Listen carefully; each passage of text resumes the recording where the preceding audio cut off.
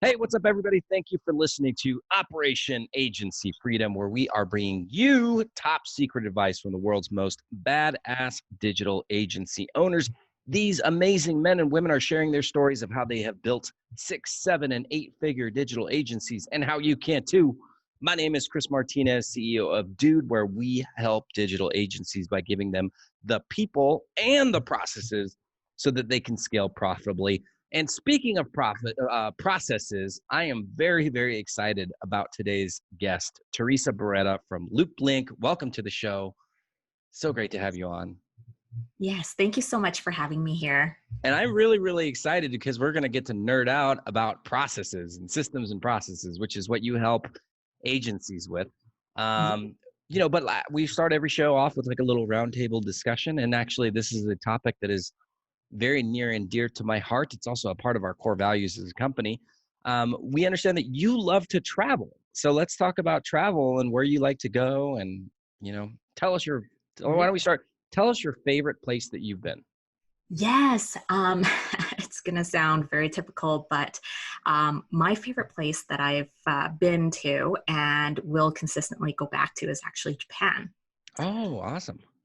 Yes, it's such a beautiful place, and I've always considered it as like the feeling you have when you come home. Mm-hmm. Japan gives me that same feeling, and so I call it my home away from home. But are you of Japanese descent? I thought you were of Vietnamese descent. That's right. I'm Vietnamese, but I just have like a huge passion and love for Japan. Ah, interesting. What cities? I've never been to Asia actually, and not Japan, but my stepmother is from Japan. She's from Oh, Osaka. oh, that's awesome. I've been all over Japan except for Okinawa, Okay. but my favorite place so far has been Sapporo. Sapporo. The only Yeah. thing that I think of when I hear the word Sapporo is the beer. Yes, it's a very fantastic brewery. If you ever hit Sapporo, I would highly encourage the brewery museum. Awesome. So, I love travel as well. We actually just got back from a trip to Mexico City. I'd never been there before. If you've not been to Mexico City, it's a must visit place. Mhm. I mean, it's one of those very unique places in the world that's unlike any other. I think it's a must see before you die Mhm. of city. But I was never really into Travel. I got the travel bug kind of later. I think when I was like in my late 20s, early 30s. For you, did you always love to travel? I did. I think like my real experience was when I was a consultant and I was able to travel to Panama City. Mm-hmm. And that was what really sparked my travel bug in its entirety because I grew up in the Asian community. And so I knew a lot about like the Asian culture and the Asian uh, countries.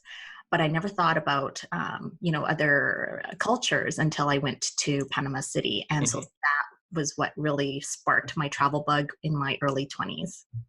And you live in Canada. Have you always lived in Canada? Yes, I have always lived in Canada for as long as I can remember. Okay. But we came from a refugee Refugee background. And status. so, Yeah. yes. And so I was actually born in Hong Kong. Wow. And Okay. there we had the opportunity to migrate over to Canada. So was Panama, when you went to Panama City, was that kind of a culture shock for you that first time? Oh, yes, it was definitely a culture shock, just with how different things people are, Mm-hmm. and just how universally connected we can be as well. Um, and so that was definitely a huge, huge experience for me. What do you mean by universally connected? Um, People are friendly. Um, Yes. like it's not like in what the media portrays or the stories that you hear, but just real life people living in happiness, in joy, and in just being able to help one another in community. I think that Yeah. would be the best word to put it. What are some other places that you visited where, it was a big culture shock for you? Ooh, that's a good one. Mm, I don't think, actually, you know what? The other place I've been to is the Dominican Republic. That Okay, so was, Puerto Rico. yes. that Okay. was also a huge shocker for me too. What did you find shocking about the Dominican Republic? um, it is really laid back. Mm-hmm. But just the variance in standards of living, right? Mm-hmm. It's just knowing that we are blessed in where we live in North America, and just people there don't really see it as a struggle either. It's just a Mm-hmm. means, and do whatever you can every single day, to the best that you can. Yeah. You know what I found? Because I don't know, maybe I don't know how much of the like locals experience you got to see when you were in the Dominican Republic, but everywhere that we've gone where it's, kind of a poorer area, people are still happy. And one of the things that I've learned is, it doesn't take a lot to be happy. It's really depends on your perspective. And I grew up in Southern California, which is, very, very wealthy. Well, some very, very poor areas, but also a lot of very wealthy areas. Mhm. Some of these rich people, and they're the most miserable human beings that you'll ever experience in your life. And that's just the way that they go about it. I feel like well, first of all, they don't ever appreciate what they have. Mhm. Um, and that's just their existence. Like they just cannot get out of that mindset that it's almost like a victim. It's almost like rich victims. Um, like they're like, oh, woe is me, and da da da da da. It's like, Mhm. up, just like you have it so well, and then you go to these poor countries, and you see these people, kids. I love seeing kids in other countries because what I've noticed is no matter where you're at, the kids are always the same, right? They're always like running around and having a good time and like just wanting to play, and like that is universal across every single country that I've been to, across every single economic environment that I've seen. It's really, really interesting. Yes, and I couldn't agree more with you on that. That's definitely one of the big factors that when we do travel to the third world countries, we always make an intention to visit some of the more secluded villages, Hmm. and see, experience the culture for one, and two, to see what we can give to that community. Okay, so last question. Sorry, I just Yes. dropped my phone there. Uh, last question about the travel. So, what is your number one hidden destination for travel that you recommend that nobody ever thinks about? Because everybody's like Paris and London and New York City. Da, da. What's your go-to if you were to say, this is a place that you have to go to that you never even thought of? Yes. Um, the one that always comes up for me is Cambodia. Cambodia. Okay, cool. There's so much history there. The people are amazing despite their economic environments, and just the amount of um, historical uh, experience Yeah. um, that you would have there. Well, Cambodia, I mean, just ravaged by political genocide, essentially, with the Khmer Rouge, I think, right? And Pol Pot. Yes, yes, yes. Um, so I don't know anything about Cambodia really, but is it a more democratic society now? Is it peaceful? Like, Yes, imagine there's it not is peaceful. genocide.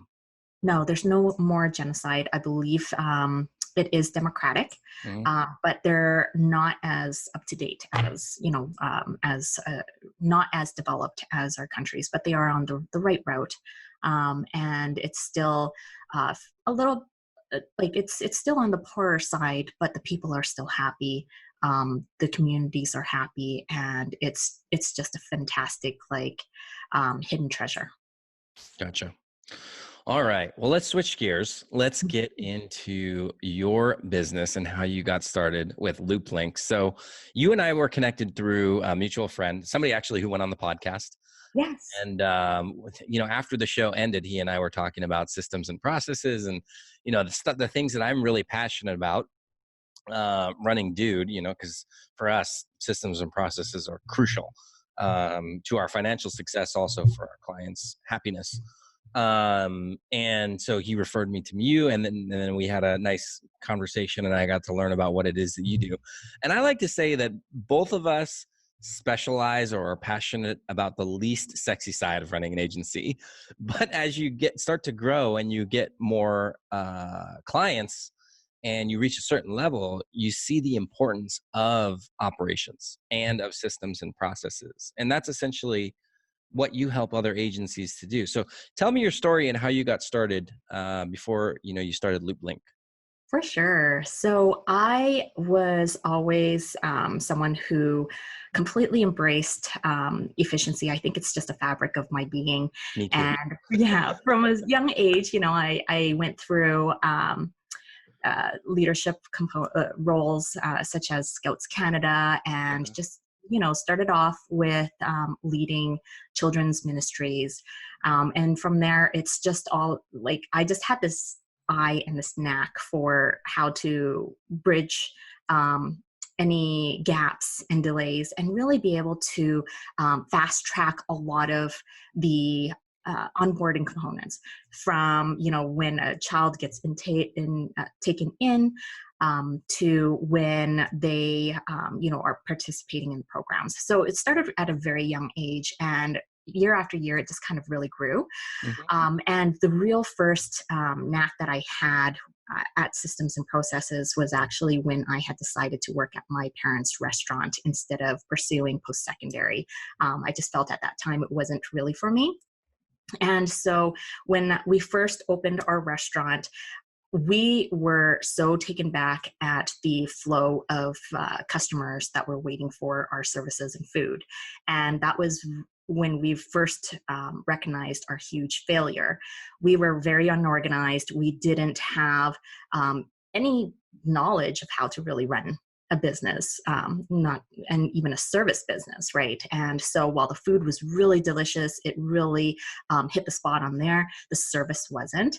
And so when I actually fully stepped in as the general manager, that's when I really brought in systems. I started documenting a lot of the processes, Mhm. really dug into the training as well. And in less than 3 months, we doubled our profits. We were able to support 3 turnovers for lunchtime because that was our biggest hit. Mhm. And we started having repeat customers over and over again. And over again, that's when I started realizing, hey, I'm really great at this customer service thing. I Yeah. can do this, right? And then when I had repeat customers coming and they're like, no, I just want Theresa to, oversee our tables and our services. That was when I realized that there's something there. Mhm. And from that point on, it just kind of snowballed. And I was blessed with many different opportunities to work with a lot of different businesses. And in every different capacity, despite their different business models, I was operating in the capacity of bringing them systems, stability, consistency into their daily operations and administration. Mhm. And here we are. I fast tracked 15 years later. I started my own business doing the same thing because I felt that no matter how high I climbed up in my career ladder, my heart was still in serving the small businesses, because Mhm. that's what my parents are in as well. Mhm. And so I started redirecting the focus on how can I help small businesses scale sustainably and systematically. Awesome. And that's when you started LoopLink. That's correct. Yes. So let me ask you a question. As you were kind of developing those skills of systems and processes and working with business owners, did you ever experience any pushback? Because one of the biggest things that I see with a lot of small businesses is that they're so used to doing things a certain way that they're not even willing to change things to be more efficient. Yes, I actually had quite a bit of pushback with certain businesses that I have had the opportunity to connect with and chat with. A lot of the times they've already been in like this overwhelmed state, and despite talking about systems, they recognize that they need systems, but they just weren't ready for it because a number of things. A lot of these businesses fear change because they're so Hmm. well used to like the fast turnovers and just flying by the seat of their pants, and making it work at that point in time, right? Yeah. That they fail to realize that there could be that efficiency and it could contribute to their bottom line. And so, with those types of pushbacks, often uh, the hardest thing is watching them continue to go that route, right? Yeah. If the pain is not big enough to make them shift, they're not ready for it. Right. Yeah. That is painful. But at the same time, I mean, you can't save everybody. Yes, You that's can right. only save.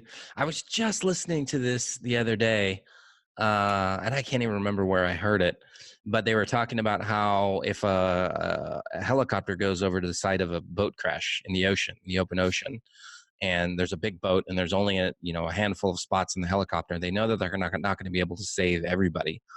Their rule, or at least in this story, it could be totally fabricated, but their rule was to save the people that swim towards the lifeboat that you drop in the water, that they are dropping in the water, because they drop that little bucket, with the line, and they're like, you can only save those people. You can't save everybody. So, Yes. and the metaphor is basically that's the same way you have to be, especially as a consultant. You can't save everybody. You got to go with the ones who are willing to save themselves. Exactly. Yes. There has been potentials who I have turned away before because they Mhm. simply, kept talking about systems, but it didn't move them enough to get off of that, Right. drowning boat, capsized boat to the life saver, right? Yeah. Yeah. Exactly. So, how did you switch over to working with the crazy world of digital agency owners? Yes. You know what? I started really focusing on serving agencies because one, they are so phenomenal at visioning. They have this big vision, they have Hmm. this massive passion to serve in their strengths and their expertise. And unfortunately, systems isn't one of those strong points of their natural fabric. There's some. I mean, don't get me wrong. There are a few agency owners like yourself Yeah. who are very capable of being both creative and operationally efficient, right? But there are a lot who are really, really great at brainstorming, at the ideas, generating revenues, but they lack the ability to to captain both sides, right? Yes. And so I found that I work the best with those types of clients, with those types of agency owners, because I can work as their left brain, so to speak. Hmm. Um, Sorry, pardon me. I can't remember which one is which for the right I or can't left, remember either. So you just say whatever, and I'm just going to agree with you. right? And just be an extension of their hands and their teams. And I really enjoyed seeing their growth in once we applied the systems, once we streamlined their processes and really get their team on board. I had the pleasure of witnessing an agency just being able to adopt the systems, the workflows, the automations, and Mhm. grow an A team. So let's take a hypothetical scenario. Let's say you have an agency, they're doing about 250,000 a year. Right. They've got 2 staff full time, a handful of contractors. They have absolutely no idea what their margins are or how to improve them. And basically, their goal is to get from 250 to 500,000 in a year. And they Mhm. know that they can take on more projects, but just operationally they just don't know how to get there. And it's one of these scenarios where money comes in the door and you think you're doing great, and then you look at the bank account at the end of the month and it's like the needle hasn't moved at all. Mhm. So with this particular type of scenario, walk us through step one. Let's say you walk in uh, on day one and they're going to have you help them. Mhm. No, let's not say day one, but let's say week one. What are you working on with them? Yes. So at the beginning is always the heaviest, especially when we meet those type of circumstances. Yeah. So what we typically do is we do a huge deep dive into what the current state looks like. Mm-hmm. So it starts off with mapping all of their workflows, understanding how things are functioning right now, and then we dive into the numbers Mm-hmm. afterwards, which is okay. Where are we spending right now? What tools do we use to keep the operation running? How much revenue is coming in? What are the offsets?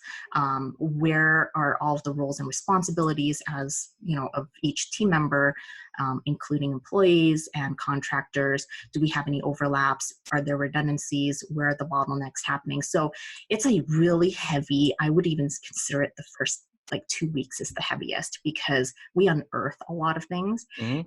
And one of the things I've always found, and why I say 2 weeks, is in week one, everyone has, the honeymoon feeling. We're coming in, we're very positive, we're very optimistic. And oftentimes we are also not, there's so much that goes on in that overwhelmed state that you sometimes forget a lot of the things that's stirring Mhm. in the background, right? The invisible stuff. So in week two, that's where all of it starts unearthing. So after we get to that stage, that's when, once everything is laid on the table, that's when we can start putting a strategy in place. Where is the lowest hanging fruits? What will be the most impactful place where, if we brought a system in place or we systematized it, will it make a difference right away? So those components, they would be customized or individualized to the business, to the agency model at that point in time.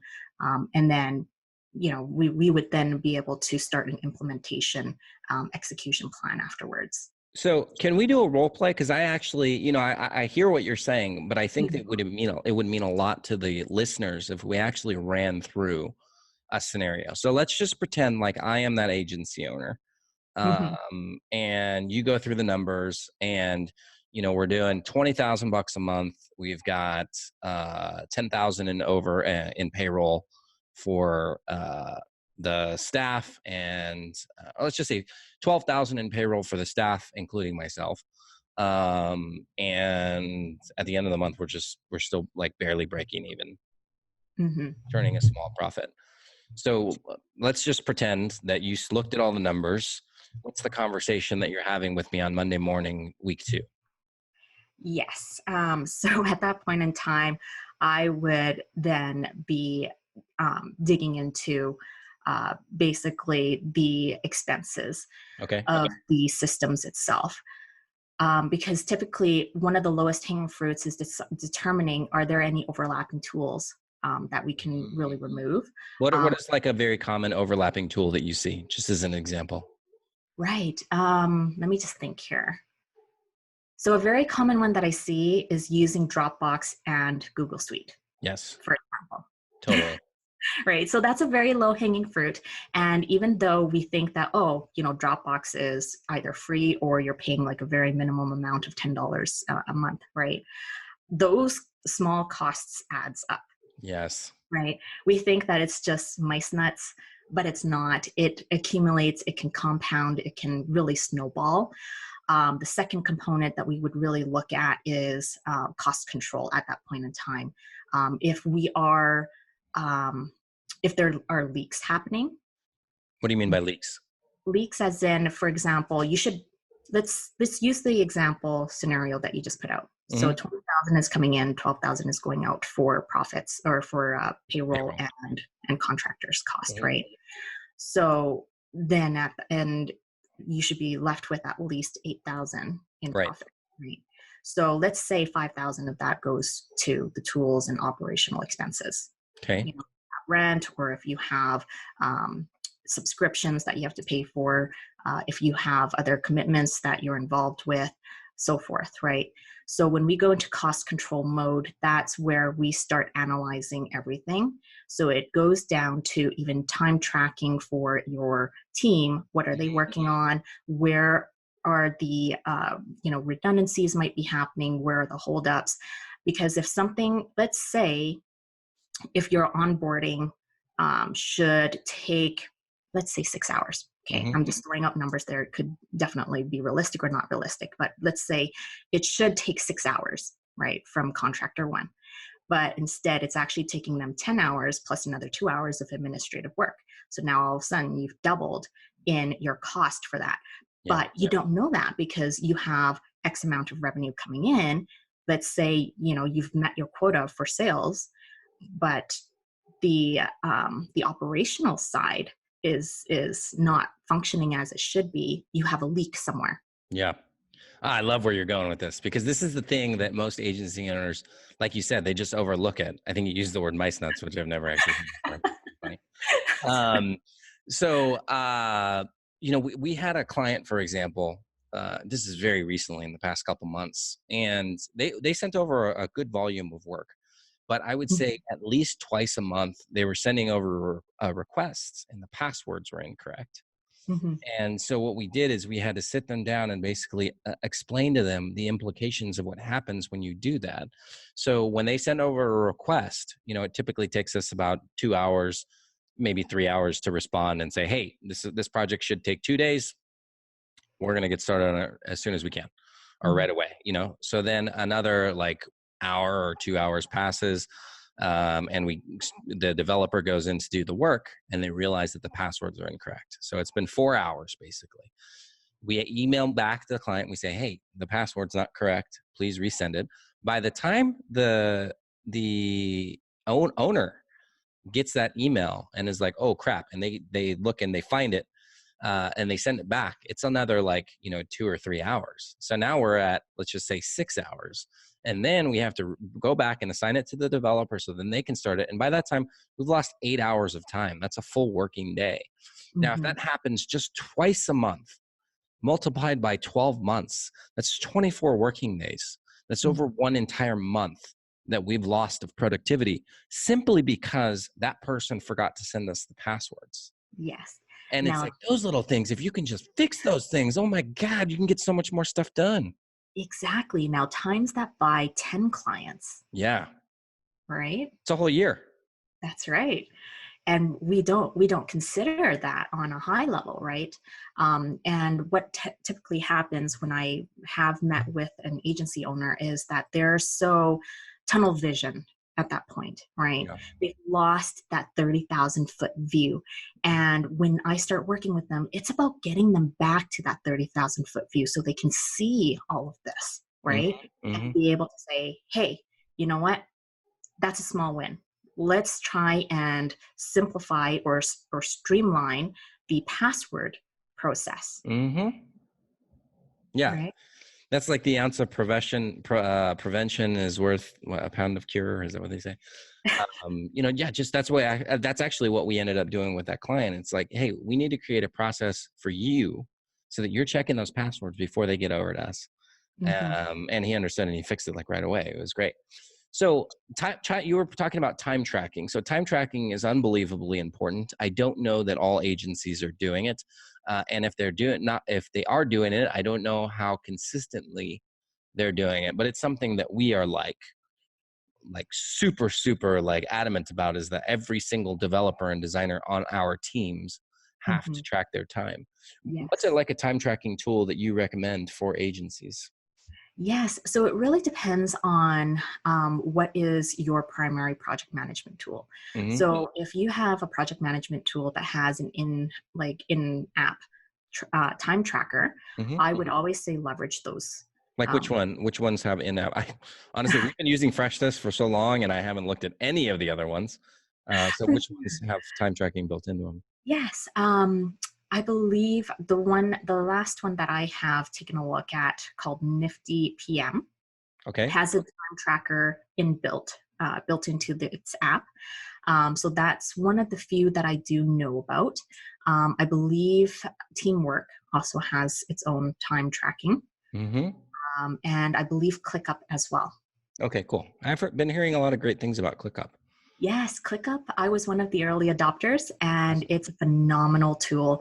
However, I always encourage, make sure you have your own workflow first before you get into ClickUp, because as known for its productivity features, it can become feature heavy if you don't know what you're doing. I feel like it's like with all of them. Even Asana has so many features. Built into it. I don't even know what's in there. It's easy to get overwhelmed. Exactly. So that's why you always want to start with what you require first in order to execute successfully, and then look at the tool to see if it meets that. Gotcha. Mm-hmm. Okay. So any other very common findings or advice that you end up giving to agencies, kind of across the board? There's one thing that they all suck at that you help them with. Yes. So I find that a lot of the times agency owners are not good managers. So Interesting. Managers of people or time or money or what? managers of people and time. Okay.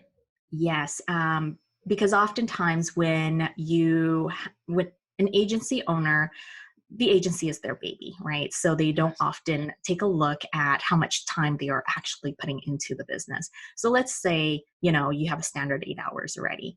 Mhm. But those times when you check your emails late at night, or like when you just can't sleep, Mhm. um, and you're like brainstorming and brain dumping, those are as bad as like a lot of owners don't see that as a bad thing, but I often always encourage them to have that separation, because if they're so in it all the time, they cannot be refreshed from any new ideas, any new perspectives, and then rely heavily on the expertise of their teams to be able to execute in their business. And if they have the wrong people in place, so this comes to the management component of this whole circle. Mhm. If they have the wrong people in place, then the trust in the expertise is also uh, uh, provides lots of bottlenecks in their agency, right? Like it hinders their agency instead of accelerating their agency. Yeah. Do you think that conversation that you're talking about with managing people and time, do you think that happens at a certain stage in an agency? Because when we started my agency way back in 2012, before I started Dude, and we were just trying to get going. I mean, my schedule was wake up at 6 a.m., go to the gym, get back from the gym at like 7:30, and then work from 7:30 to 1 p.m. or 1 a.m. And I did that for over a year. And that was just Mhm. what we had to do to be able to survive those early years. And managing people and time were like important. But it honestly, like my biggest focus was sales and getting in Yes. clients so that we could actually pay the bills. Yes. So is there a phase in an agency's lifespan where they need to say, okay, this is the point where I need to start focusing on these other things? Yes. You make a really great point there. And typically at the beginning, especially when you are just bootstrapping or starting up, Hmm. there will be that hustle phase, right? Where you just need to pour as much time to it, because that's what is needed, is the Yeah. time. Blood, sweat, and tears, basically. Exactly. But once you start getting the right team members in place, and they are like a part of the team, they're running the agency with you, that's when you should start pulling away a little bit and making sure that you have the right systems in place, the SOPs. So SOPs are standard operating procedures, Hmm. and the processes in place that is clearly communicated to your team. And that's when you should start focusing on, if I get more sales, what does that mean? The strategy part of building and scaling. Not only that, but thinking about sustainability and succession. So, Yeah. which means, if you want to scale this, what is the entry point of least impact to your agency by adding a new team member to it? Gotcha. Do you ever think, or maybe have you ever experienced where it's just too messed up and there's just no saving an agency from itself? Yes, there Okay. has been. You have to explain that really quick. And this is going to be the last thing that we're going to talk about. Because When honestly, this should be a big giant warning for a lot of agency owners. If what she's about to tell you is resonating with you, you need to change immediately. Yes.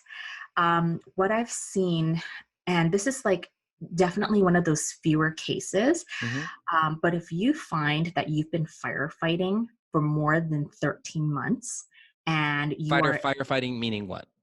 firefighting means you're putting out fires with like clients, you're trying to save projects, Hmm. throwing way more money at it because of redundancies, rework, just trying to get it done. And it's impacted your profitability line. And on top of that, you haven't paid yourself for more than like 10 months. That's a huge sign you need help. Yeah. And it might not just only be on the operational side, it might be that you might have to scale back to its bare minimums, start like just getting the foundation back in place before Yeah. you can ramp back up. So in one agency, that's exactly what we did. We scaled back to the baseline and really refined the operation, got it back to where it needed to be for customer success, customer excellence. And then we started adding team members again. We started scaling with a different service, and just started improving the profitability line at that point in time. Yeah, that's great. Definitely something that resonates with me, because in 2018, dude, we had a tremendous growth year, and we went from 5 to 29 people, which is fantastic. And at the beginning of 2019, we're like, okay, we're going to continue that growth pattern.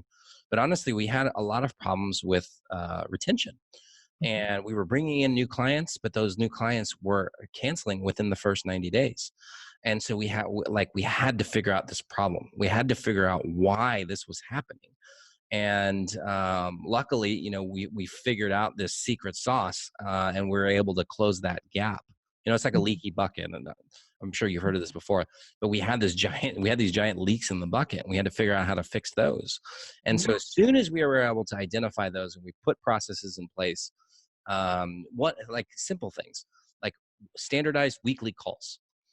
With a template, with basically like identifying 3 things for the clients, coming up with a common goal, and then daily status updates, and mandatory weekly calls with the clients.